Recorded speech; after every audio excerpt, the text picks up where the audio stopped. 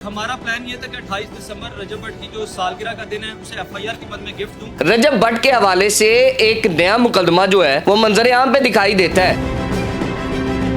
10 साल कैद भी होगी। मैं देखूंगा 24 घंटे में कैसे बाहर आता। क्या वकला भी रजब भट्ट के हवाले से इस तरह के ट्रेंड्स बनाएंगे? रजब भट्ट की जान ही नहीं छोड़े, कभी कोई उठ जाता है तो कभी कोई उठ जाता है। मजा दियां भैणा होंदियां ने।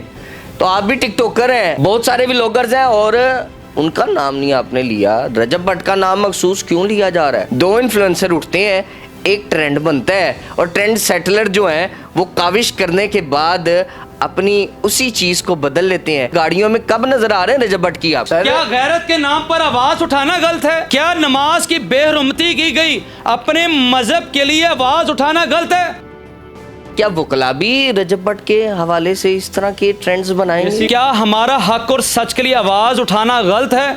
क्या जुल्म और सितम को मिटाना गलत है? क्या एक शख्स लोगों में एहसास कमतरी पैदा करता है कि आप पढ़ें मत, कैमरा उठाएं, अपनी माओ बहनों बेटियों को दिखाएं? क्या ये गलत है? क्या गैरत के नाम पर आवाज उठाना गलत है? क्या नमाज की बेहरुमती की गई? अपने मजहब के लिए आवाज उठाना गलत है? आप कहते हैं कि ये ऐसा शख्स है जो कहता है, दावत देता है कैमरा उठाएं और स्टार बन जाए, पैसे कमाने लगे। बहुत सारे व्लॉगर्स हैं और उनका नाम नहीं आपने लिया। रजब भट्ट का नाम मखसूस क्यों लिया जा रहा है? देखें, बेसिकली इसने 3-4 ज्यादतियाँ की। बहुत से लोग मेरे पास आए, उन्होंने मुझे कहा कि इस तरह हम रजब भट्ट के घर के आगे गए, रजब भट्ट ने हमसे बदतमीज़ी की, रजब भट्ट की फैमिली ने हमसे बदतमीज़ी की, रजब भट्ट ने पिछले दिनों में एक लड़के को मारा, रजब भट्ट ने पिछले वकला के ख़िलाफ़ एक बहुत सी गंदी लैंग्वेज यूज़ की।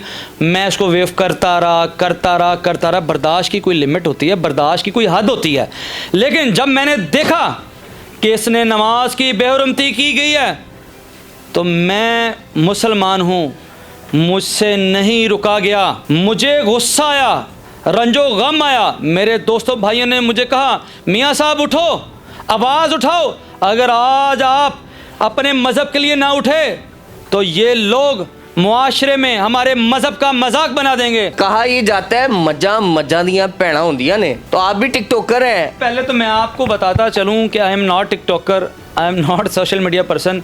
अगर मेरे सोशल मीडिया के पेजेस हैं तो सिर्फ़ और सिर्फ पाकिस्तानी अवाम को पाकिस्तानी कानून के बारे में अवेयरनेस देता हूँ। रजब भट्ट की तरह बगैरती का इस तरह का हम कोई मुजाहरा नहीं करते।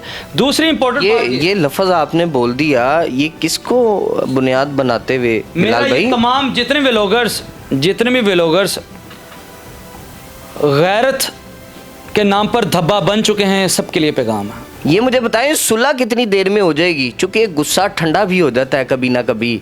कितनी देर में सुलह मुतवक्के नजर आ रही है? चूंकि अक्सर मामलात में देखा ये गया सोशल मीडिया पे कि सुलह जल्द से जल्द हो जाती है। दो इन्फ्लुएंसर उठते हैं, एक ट्रेंड बनता है और ट्रेंड सेटलर जो हैं वो काविश करने के बाद अपनी उसी चीज़ को बदल लेते हैं और वही दोस्ताना माहौल में गाड़ियों में कब नजर आ रहे हैं रजब भट्ट की आप? रजब भट्ट से ना मेरी दोस्ती थी, ना दोस्ती है, ना दोस्ती होगी।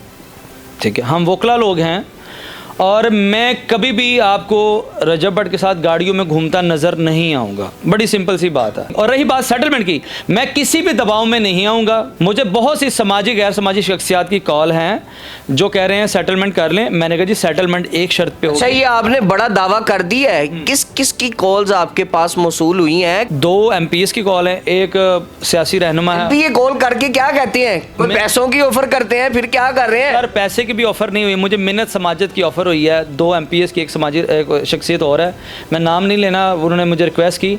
और हमारे वोकला भाइयों में से कुछ सीनियर लोग हैं, उनकी कॉल्स आई। सेटलमेंट एक शर्त पे होगी, ऑनलाइन कह रहा हूँ सबके सामने। अगर रजब भट्ट ऑनलाइन हमारे पास आकर ऑनलाइन कैमरे के सामने कौम के आगे हाथ जोड़े कि जी मुझसे गलती हो गई है, मुझे माफ़ कर दें, मुसलमान भाइयों से माफ़ी मांगे, तो खुदा जानता है, अल्लाह गवाह है कि मैं इसके खिलाफ एक भी वीडियो अपलोड नहीं करूँगा। आज मियाँ बिलाल FIR लॉन्च करवाते हैं, कल वो रिहाई पा के वापस अवामी लोगों में, अवामी जत्थे में नज़र आते हैं, व्लॉग्स में नज़र आते हैं। क्या फ़ायदा रहेगा? एक दिन की गिरफ्तारी कितना को उसका बिगाड़ लेगी? मैं आपको मज़ीद बताता चलूँ, जो इस पर पहले FIR हुई कलेक्शन बताई जा रही थी, लेकिन वो 223 बोर निकली। 223 बोर का निकलना, शेर के बच्चे का निकलना, वाइल्ड लाइफ वालों ने इस्तगासा अभी तक स्टिल नहीं दिया। वो उनकी मोनोपली है, कोई मेलाफाइडी है। मैं उस पर भी वाइल्ड लाइफ के खिलाफ भी जाऊंगा। मैं 4 घंटे में निकल आया वो बाहर। सर सुन लें, मैं इतना मजबूत है रजब भट्ट। सर मैं उस अदारे के खिलाफ जाऊंगा, वाइल्ड लाइफ के खिलाफ भी जाऊंगा। और दूसरी इंपॉर्टेंट बात, 223 इसके पास बरामद हुई थी, तो अगर लाइसेंस नहीं था इस पर 780 भी लगनी थी। एफआईआर के अंदर मज़ीद चीज़ों का एडिशन होना था, लेकिन नहीं हुआ। पुलिस ने क्यों नहीं किया? हाँ, इन्होंने अगले दिन बेल ले ली। लेकिन मैं आपको बताता चलूँ, इस पर 295 जो मेरा कंटेंट है, जो मेरी एफआईआर होगी इंशाल्लाह बफजल का 295 है, उस पर वो नॉन बेलेबल ऑफेंस है। वो 10 साल कैद भी होगी, जुर्माना होगा। मैं देखूंगा 24 घंटे में कैसे बाहर आता है। बड़े इन्फ्लुएंसर की जिंदगी तबाह कर देंगे। देखिए, मैं जिंदगी तबाह नहीं कर रहा, मैं आज भी मौका दे रहा हूँ, आए माफ़ी मांग ले। अर्ज़ ये है मेरे भाई कि वो आए, कौम से माफ़ी मांगे। हमारी उसे कोई लिटिगेशन नहीं, कोई दुश्मनी नहीं है। वो अभी आके कौम से माफ़ी मांगी, मैं हर चीज़ विड्रॉ कर लूँगा। नाज़रीन गिरामी, कबल आपसे एक गुजारिश है कि हमारे चैनल को सब्सक्राइब कर लें।